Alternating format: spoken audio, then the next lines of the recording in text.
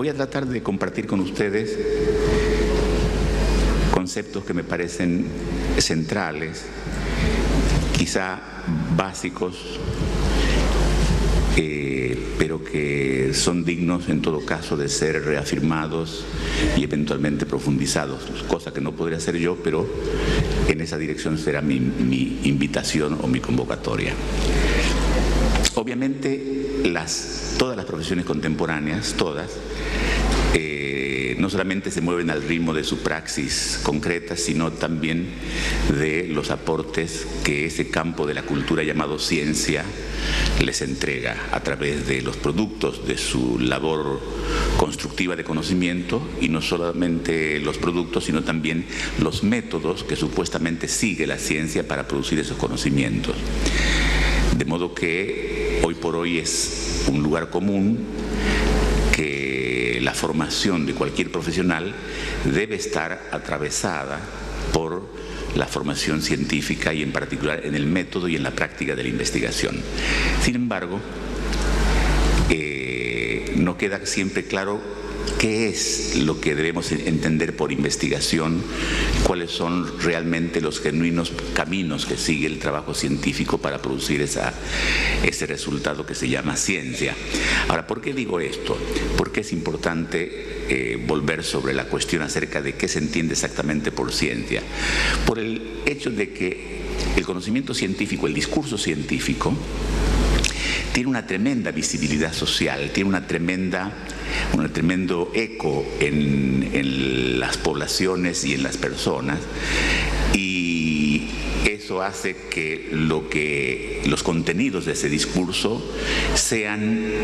no solamente provisorios en cuanto a su bondad, sino altamente riesgoso en cuanto a su potencial de error o de maldad. ¿Por qué? Y porque todo mecanismo semiótico, todo mecanismo productor de significado, todo lenguaje, en la exacta medida en que significa, también puede mentir. Umberto Eco decía, a raíz de sus reflexiones sobre la semiótica en general y sobre cualquier tipo de lenguaje, que podía ser designada como la ciencia de la posibilidad de la mentira. Él decía directamente la ciencia del engaño. Y en este sentido es perfectamente posible, y esto tenemos que tenerlo en cuenta, esperar de un discurso que se proclama como científico también contenidos perversos, contenidos no científicos, no auténticamente científicos, de manera que la cuestión acerca de qué sea la ciencia, de cuáles sean sus auténticos caminos, sigue siendo una cuestión a debatir, sigue siendo una cuestión de extremada importancia. Traje una cita de un gran ingeniero investigador francés, Henri Le Chatelier, que por finales del siglo XIX y comienzos del XX escribía lo siguiente: actualmente la palabra ciencia no es más que una simple expresión laudatoria. Su prestigio y su potencia son innegables, pero su acción se ejerce en las direcciones más caprichosas, más incoherentes. Todo el mundo proclama su belleza y la utilidad de la ciencia. Se está de acuerdo en la necesidad de retribuirla ampliamente, de darle un lugar preponderante en la enseñanza de la juventud. Y acá viene la cuestión, ¿pero de qué ciencia se trata? ¿Qué trabajos científicos deben material y honoríficamente ser estimulados? ¿Qué ciencia será enseñada? A raíz de este hecho real, a saber, de que el discurso científico no por autotitularse tal ya lo es, y que debajo de esa cobertura o de esa proclamada cientificidad puede ocultarse el error y por ser acompañado por esta enorme visibilidad y adhesión que le presta la población, doblemente peligroso. Por esa razón es que los debates epistemológicos no son asunto de los meros filósofos, no son cuestiones simplemente académicas, son cuestiones que realmente debieran ocupar a todos aquellos profesionales en el momento en que se entregan con confianza a la ciencia, se entregan con entusiasmo a la tarea de producir nuevos conocimientos bajo el marbete, bajo el rótulo de investigación científica. Obviamente no este es el lugar para desarrollar con amplitud los debates epistemológicos, pero sí voy a tener ocasión de por lo menos ensañarme con uno de los errores que yo creo más perniciosos en las actuales visiones que tenemos de lo que es hacer ciencia. Uno de tales errores es aquel que intenta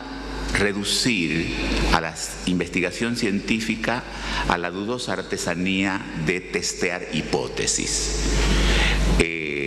Pasa por ser un lugar habitualmente recorrido por los investigadores en el campo de las ciencias y de las ciencias vinculadas a lo que se llaman ciencias duras, físico-química, bioquímica, incluso la biología en ciertas versiones. Pasa por ser un lugar común cierto mandato como el siguiente: no haga filosofía, testee hipótesis, creyendo o promoviendo la imagen de que hacer ciencia, repito, es esa dudosa artesanía de, una vez que están identificados los problemas, se plantea alguna conjetura que la resuelva, no importa cuál, porque de última, si no funciona esa, ya vendrá otra, y lo fundamental es testear tantas hipótesis como aparezcan, y encontrar luego algún contexto de validación experimental o empírica que, leído adecuadamente con ciertos test de significación, después me permitan extraer ciertas conclusiones, y así marcha la ciencia. Yo creo que este es un error pernicioso por muchas razones. Confundir el trabajo de la investigación científica con la sola operación de la validez de una hipótesis porque ella sea testeable, porque ella sea contrastable, porque ella sea susceptible de ser puesta a prueba, es una manera de desalentar una actividad que yo sí creo que pertenece al corazón mismo de la ciencia entendida plenariamente, de manera integral, que es el trabajo del descubrimiento, el trabajo del hallazgo de las hipótesis. Habitualmente se piensa, dentro del mismo error que estoy queriendo combatir, que estoy queriendo señalar, no porque no haya que testear hipótesis, porque la ciencia no es solamente eso, esto es lo que quiero significar. La ciencia no es solamente testeo de hipótesis, la ciencia no es solamente validación de las hipótesis por referencia a un medio, a una acción de contrastación empírica, sino algo más. Decía que esta manera de entender al trabajo científico como resultado del mero ensayo y error, es decir, dado un cierto problema, me pongo a ensayar diversas hipótesis y listo, es desalentar esta otra parte que un médico, y además argentino, pero no voy a decir quién es porque no me importa enseñarme con personas, expresó alguna vez con esta frase que inicialmente la puse en abstracto. La frase fue, se lo dijo a un periodista: mire, mijito, no me venga con esas cuestiones, yo no hago filosofía, yo testeo hipótesis. Repito, no voy a decir quién es, pero alguien muy, muy importante. Ahora, ¿qué es lo que está detrás de esta validación o de esta consagración del método de la ciencia solo en el capítulo de los contextos de justificación o los contextos de validación? Lo que está es, en primer lugar, el ocultamiento o la devaluación del contexto de descubrimiento. Pero resulta que el contexto de descubrimiento es allí en donde se generan las ideas ricas, potentes, aquellas que realmente sean conducentes a la solución de los genuinos problemas que tiene planteada la disciplina en cuestión, en este caso la ciencia de la salud. Le debemos, entre otros autores, pero en particular a Charles Peirce, el haber retomado ciertas líneas que ya estaban en la historia de la ciencia, en la historia de la filosofía de la ciencia, el haber retomado la tesis de que no solamente se investiga científicamente, también hay otros métodos de investigación y quizá, y esta es la tarea que yo intento promover entre mis alumnos, concebir a la ciencia como integrándose fraternalmente, armoniosamente, cooperativamente, sinergéticamente con estos otros métodos. ¿A cuál sería él? Él se refería, entre otros métodos, al método de la intuición, eso que tiene que ver con poner el cuerpo, con ver, con palpitar, con olfatear, con sentirlo en la piel, con intuirlo. El método de la tradición, que es el de aceptar las trayectorias de aquellos maestros, de aquellas personas que tienen alguna mínima autoridad. Ese método que, sin confesarlo directamente, lo aplicamos cuando seguimos el mandato en cualquier proceso de investigación de entrevistar a informantes calificados, o entrevistar a informantes claves, o revisar bibliografía, que es un método y que es tan o más importante que este ejercicio de disparar hipótesis y después ponerse a testearla. Y por último, el método reflexivo. Estos tres métodos, método de la tenacidad lo llama él, de la autoridad y de la reflexión, son tres métodos que están junto con el método de la ciencia en torno de esa actividad central que se llama investigación y que él, Charles Peirce, caracterizaba como eso que hacemos para buscar poner una certidumbre allí donde hay una incerteza, eso que hacemos para lograr un conocimiento allí donde hay un vacío de conocimiento, etc. Ahora, ¿qué importancia tiene para nosotros promover estos otros tres métodos, o alguno más si lo hubiera? Seguramente que los hay muchos más, porque en este sentido siempre la realidad es más rica que la teoría. ¿Qué importancia tiene? Fundamentalmente hacernos cargo de que las hipótesis no son más ricas que el contenido, que los aportes informacionales, los aportes cognitivos que ellas nos hacen respecto de los problemas. Y los problemas no son más importantes, sino por referencia a la situación en la que ellos emergen como problemas y son constatados efectivamente como tales problemas. La selección de los problemas, la construcción de las hipótesis es mucho más que un momento preliminar al ejercicio de la ciencia. Está en el corazón mismo de la actividad científica, aun cuando haya cierta coquetería en los científicos, y sobre ese capítulo de cómo surgen los problemas o cómo surgen las hipótesis, ellos echen un manto de olvido y solamente se enorgullezcan de contar qué es lo que han hecho para poner la prueba y para encontrar después los hechos que la validan. Si nosotros damos un paso más allá de la tesis de Peirce y nos preguntamos, ¿los conocimientos producidos por vía de intuición o de olfato, de pálpito, de corazonada, los conocimientos producidos por vía de tradición, los conocimientos producidos por vía de reflexión y los conocimientos producidos científicamente, ¿a qué deben su origen y su peculiaridad? ¿Cuál es la razón que les da sentido y los configura como tales métodos diferentes? La razón principal que debiéramos aducir de manos de una filosofía o epistemología orientada en el sentido de la praxis es que en el fondo todas ellas son formas de conocimiento que tienen que ver con formas de vida que los seres humanos protagonizamos. Quiero citarles una frase que leí en las lecciones que ese gran sociólogo, epistemólogo francés daba en la Francia del siglo XIX y comienzos del XX. Me refiero a Émile Durkheim, y especialmente vinculada a esta cuestión del conocimiento y su raíz en la vida. Él escribió, y seguramente alguna vez lo dijo en sus clases, la siguiente frase: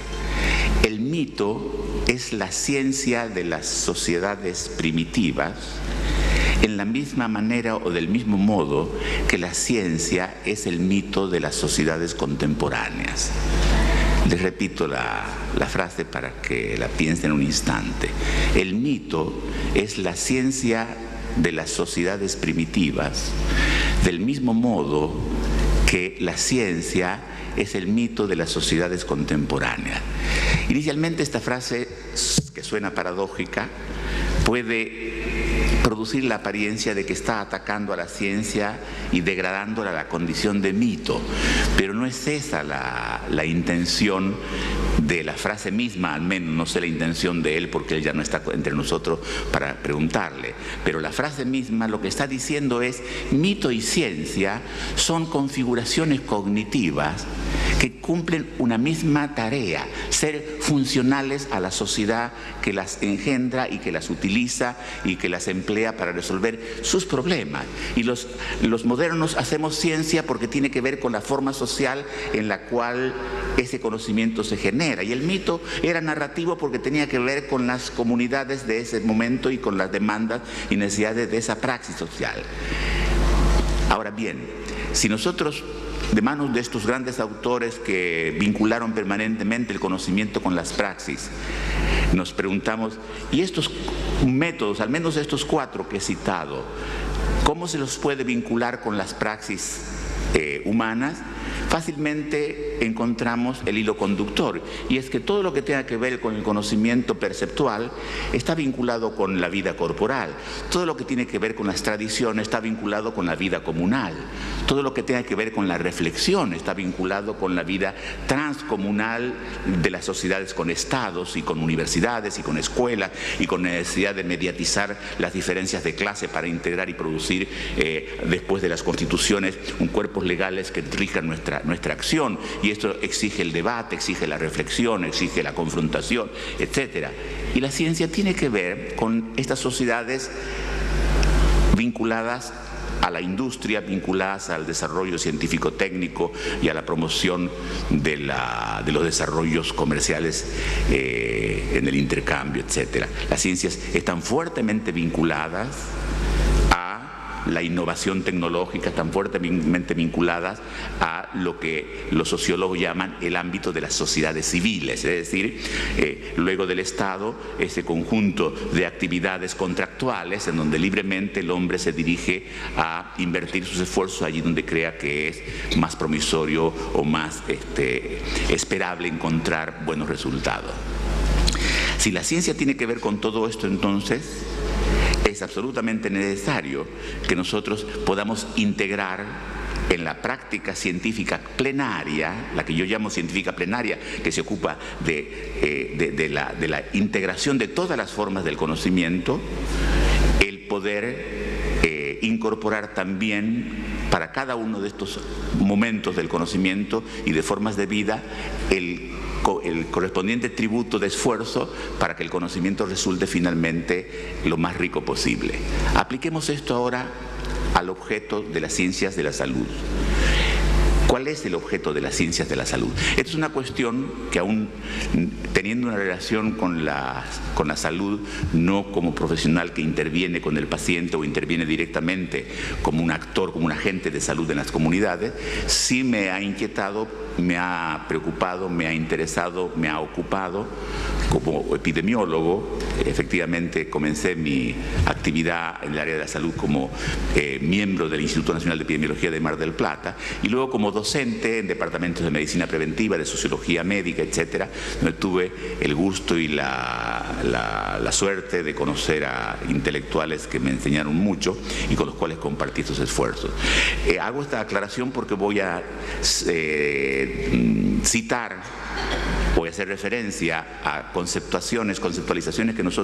que yo hice algún momento, pero acompañado con otros colegas, y no quiero ser injusto y arrogarme ninguna idea que solamente a mí, cuando en realidad la debo a tantos colegas. En particular, a raíz de tener que hacer actividades de reforma curricular, discutíamos cómo definir salud, qué entender por ese objeto al cual le íbamos a destinar el esfuerzo tanto formador como de investigación.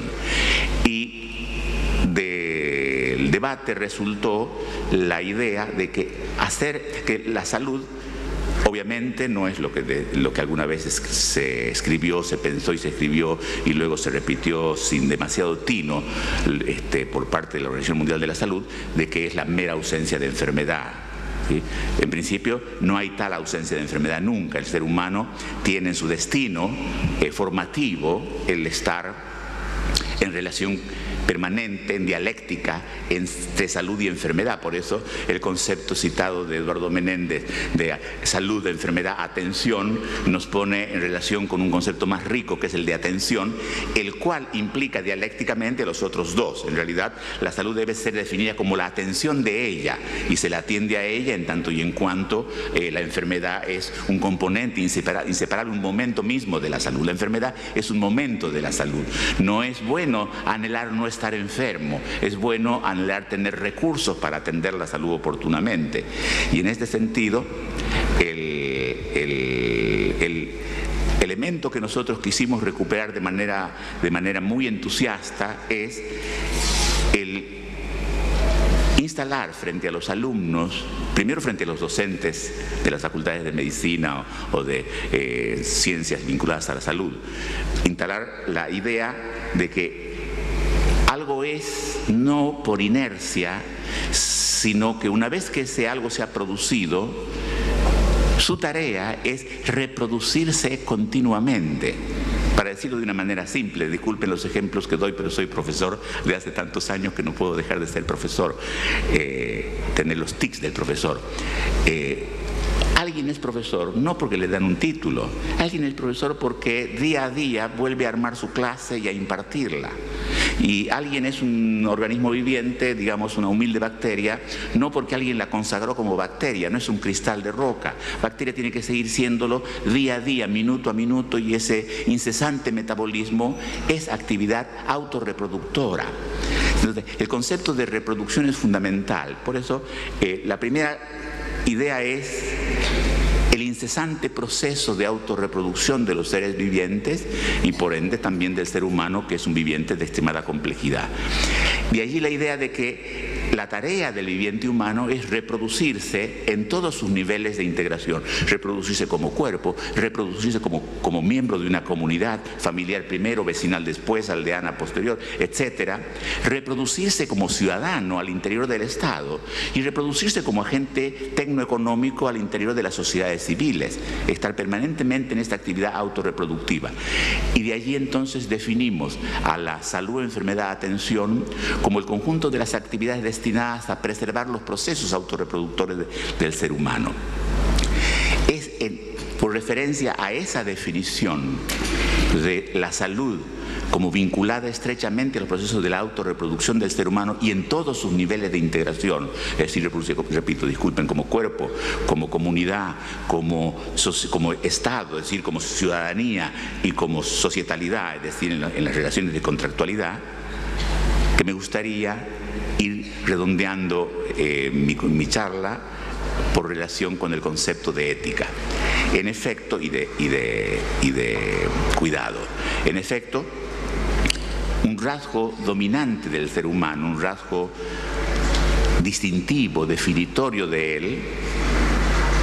es esta dimensión que un gran biólogo teórico, uno de los creadores de la biología teórica, el inglés Conrad Waddington, formuló en un libro hermoso que Eudeva publicó por los años 60, 70, con el título de El animal ético. Y en esa obra, él postula que el rasgo que diferencia al humano de los restantes vivientes en la cadena evolucionaria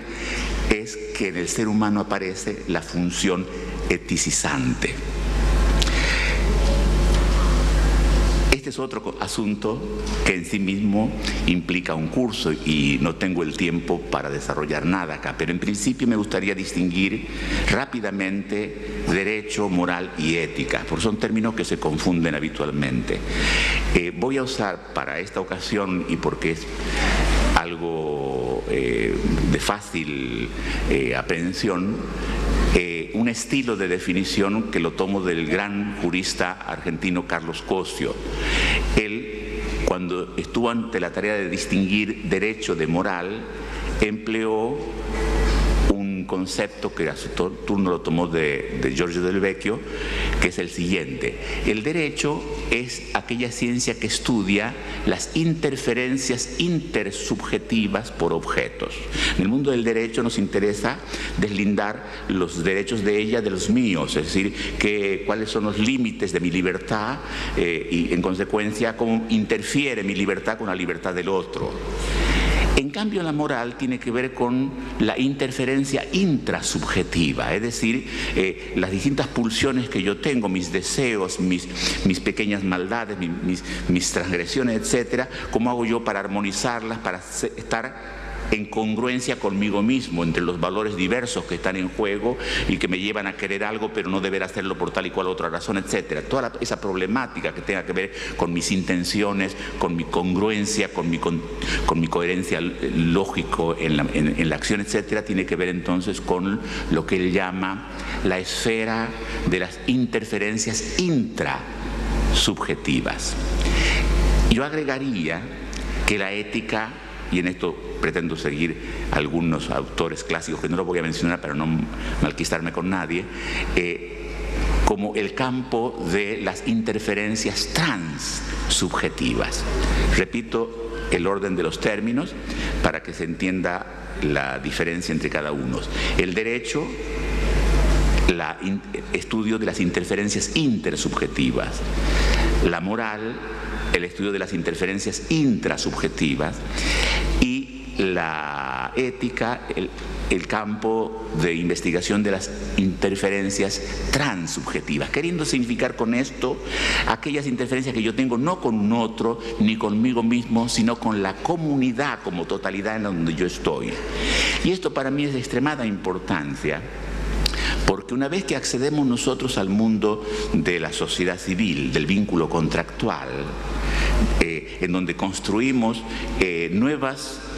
y momentáneas, digo momentáneas por relación a la familia o al Estado, que son perdurables a lo largo de toda la vida, momentáneas interrelaciones o comunidades,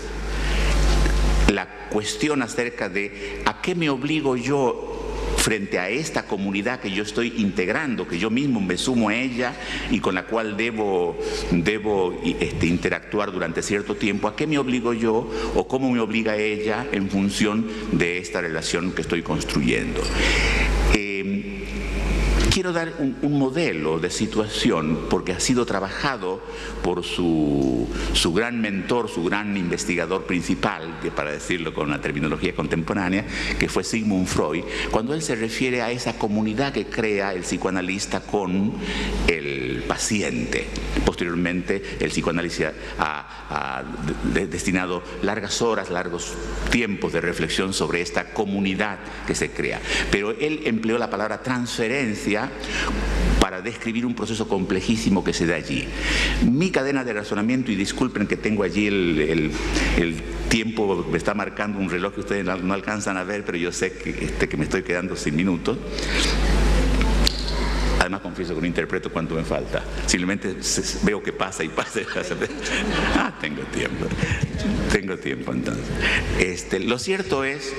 que estaba pensando en los siguientes términos. Un capítulo fundamental de todas las profesiones es que ellas crean ciertos vínculos. Primero, intracorporación. Toda corporación profesional es unidad y cada miembro de esa comunidad tiene frente a la comunidad de sus pares obligaciones que se derivan de este vínculo y que habitualmente designamos como la ética de la profesión. Pero donde yo advierto que aparece con más fuerza la cuestión ética es no al interior de la corporación profesional, sino en la subcomunidad que se crea entre un profesional de una cierta corporación y el usuario de los servicios de esta corporación. Es decir, los problemas éticos, por ejemplo, en medicina, no se derivan fundamentalmente de la relación del médico con la comunidad de médicos, que lo hay, pero no es lo fundamental, sino del médico con los pacientes. Es allí donde aparece la pregunta, ¿es ético lo que está haciendo este médico o no es ético lo que está haciendo este médico? ¿Y por qué hago referencia a esta cuestión gestión y en particular a la transferencia. Porque dentro de mi gran ignorancia en el tema, creo que una categoría central que organiza la práctica de la enfermería, que es la categoría del cuidado de la persona, es una categoría que está fuertemente atravesada, se discuta o no se discuta, se lo nombre así o no se lo nombre así, fuertemente atravesada por esta circunstancia que yo llamo eticidad o problema ético, es decir, la relación del profesional de la enfermería con ese otro al cual no solamente le voy a dar un servicio circunstancial como venderle algo o inclusive darle un diagnóstico e inclusive prescribirle un tratamiento, sino que voy a tener que interactuar con él en todos los niveles de su estructuración, especialmente en los más íntimos, en la corporeidad y en el vínculo familiar, ¿sí? Y es allí donde me parece que la categoría de cuidado tiene una riqueza, tiene una profundidad, tiene un conjunto de implicaciones sociológicas, psicológicas, antropológicas, psicoanalíticas enorme, ¿sí? Enorme. Y ese es el escenario de la praxis fundamental, me parece a mí, de la profesión que ustedes han elegido y que yo tanto admiro y de la cual tanto me he beneficiado y me sigo beneficiando. Entonces decía, la investigación científica no debe ser simplemente una actividad de testeo de hipótesis, no es simplemente la validación de la hipótesis lo que importa es la riqueza de la hipótesis, la pertinencia de la hipótesis, la profundidad de la hipótesis, y esto no lo regala ninguna actividad meramente intuitiva, sino largos debates, largo trabajo que, contrario sensu, contrario a lo que este médico alguna vez exclamó, es hacer filosofía, es realmente una cuestión de reflexión científica del más alto nivel, interrogarse acerca de los fundamentos de lo que tengo por delante y en particular de filosofía o de epistemología en las ciencias de la salud. Por esto esta vuelta que di acerca del concepto de salud y por esta referencia que hice, salud es lo que tiene que ver con la reproducción social, no es simplemente una cuestión biológica o psicológica, ya no, es el problema de estar permanentemente teniendo que seguir siendo el que soy, perseverando en mi ser, y cuando perseverar quiere además decir incrementarse en el ser, también incrementándome en el ser por vía de esta reproducción y velando porque esa reproducción suceda. Pero este concepto de reproducción tiene su término correlativo en el mundo de la práctica científica en ciencia de la salud en el término atención, que fue referido a la actividad docente de Eduardo Menéndez, y que yo quisiera incluir allí como un recurso fundamental de la atención el concepto crucial para mí, obviamente, repito desde mi ignorancia, pero creo que no estoy diciendo nada novedoso, el concepto de cuidado. Ahora, ese concepto de cuidado quise vincularlo íntimamente al concepto de ética. ¿Cómo intenté hacerlo? Diciendo que el campo de la ética es el campo de las interferencias transsubjetivas entre el profesional y esa comunidad con la cual él interactúa porque está inserto en ella o porque la crea momentáneamente para resolver una circunstancia temporal, pero relevante para el que la promueve y, por cierto, debiera también ser relevante para el propio profesional. Y en este sentido quisiera hacer referencia a la práctica del recurso humano enfermería, recurso humano en salud, enfermería, con este subrecurso fundamental que es las actividades o los insumos cognitivos que debe manejar en el ejercicio de esa actividad que se llama el cuidado de la persona. Creo que no tengo mucho más que decir, sino sacar la siguiente conclusión. Mi consejo como profesor de metodología de la investigación en el campo de las ciencias de la salud, que también lo soy, aunque mi cátedra en particular es en la investigación en psicología, es que todos los docentes que hay acá y todos los investigadores que hay acá no compren el canto de sirena de que hacer ciencia es solamente testear hipótesis. No admitan que se les imponga como mandato que para presentar un proyecto, ese proyecto solamente es digno si ha definido con precisión el problema y si ha formulado con precisión la hipótesis. No lo admitan, porque un reglamento o una regla que impone para aprobar un proyecto esa limitación está, sabiéndolo o no sabiéndolo, cercenando una de las partes más importantes del trabajo de investigación, que es la reflexión profunda, sistemática, la recuperación seria, prolija, respetuosa de los saberes implícitos en las prácticas concretas de la acción que se lleva adelante con los pacientes, recuperando aquello que realmente nos nace como resultado de nuestra larga inmersión en ese saber hacer,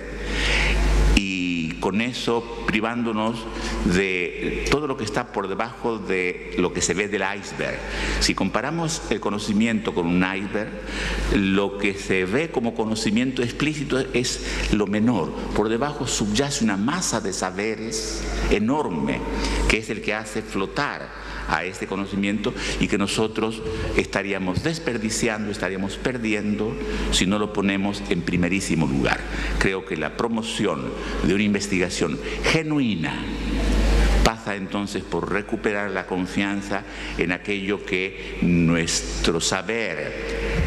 inscripto o improntado en nuestra piel, esa que llamamos nuestro pálpito, nuestro olfato, nuestro pensarlo con las entrañas, etcétera. El saber que nos transmiten los que nos han precedido, no solamente en el discurso académico, sino que nos han precedido en la acción misma y que son modelos y nos transfieren saber porque los vemos hacer, no porque nos lo digan, sino porque lo estamos viendo, ¿sí? Y luego, con todo eso, la actividad reflexiva, el debate, recuperar el amor a la filosofía, ¿sí? Todo esto es lo que está a la base o en la base de la identificación de buenos problemas, que es una gran tarea, quizá la tarea más importante de la investigación científica, tener buenos problemas, y luego la elección de hipótesis profundas, ricas, potentes, que valgan no solamente porque las pueda testear, sino que valgan por la cantidad de luz que echan en la comprensión de los fenómenos que tenemos por delante. Les agradezco mucho.